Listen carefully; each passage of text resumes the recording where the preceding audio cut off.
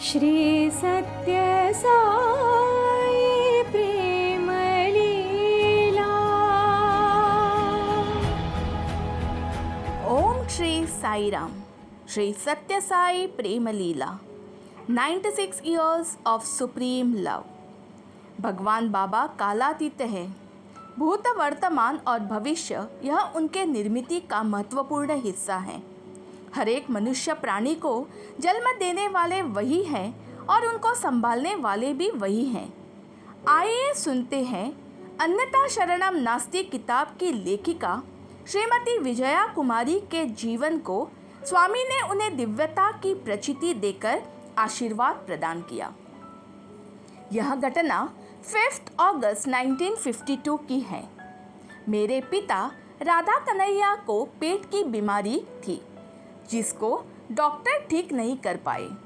जब उन्हें 2 दिन तक असह्य पीड़ा होती रही तो 5 अगस्त 1952 को वे बाबा के पास गए और उनके चरण कमलों में गिरकर प्रार्थना की कि अब वे उन्हें अपने अंदर लीन कर ले। परंतु बाबा ने उन्हें सांत्वना देकर वापसी भेज दिया। अगले दिन उनका पेशाब रुक गया जिसके कारण पेट फटने को हो रहा था। उनकी हालत बड़ी नाजुक हो गई, नब्ज बड़ी कमज़ोर पड़ गई, सांस भी रुक रुक कर आ रहा था। 6 बजे तो उनकी हालत और भी अधिक गंभीर हो गई। उनका शरीर काला पड़ गया, नाखून नीले हो गए। उस समय वेंकटगिरी के राजा हमारे साथ ठहरे हुए थे। उन्होंने सलाह दी कि उनके प्राण बचाने की अंतिम कोशिश करने के लिए उन्हें फौरन किसी बड़े अस्पताल में ले जाया जाए।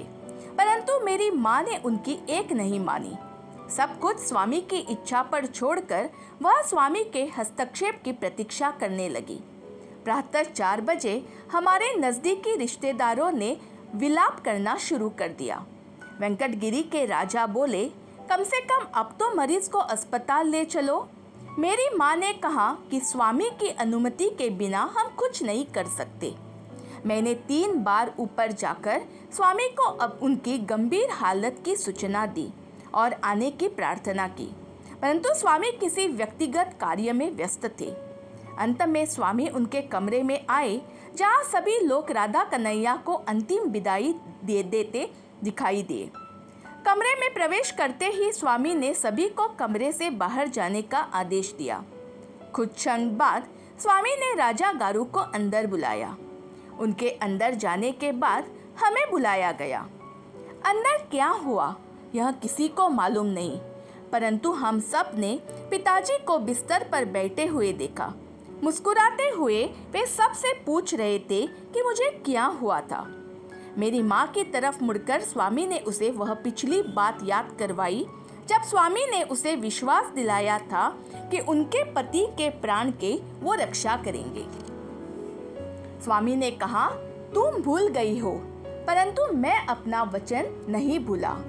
आज मैंने तुम्हें तुम्हारे पति का जीवन उपहार में देकर तुम्हें मांगल्यमय का उपहार दिया है। बाबा ने हॉर्लिक्स का गिलास मंगवाया और एक माँ की तरह चम्मच भर भर कर पिताजी के मुंह में डाले। राजा गारू ने दोनों हाथ जोड़कर मेरी माँ से कहा, माँ मुझे माफ कर दो। मैंने स्वामी की चमत्कारी शक्ति को पहचानते हुए आपको गलत सलाह दे दी।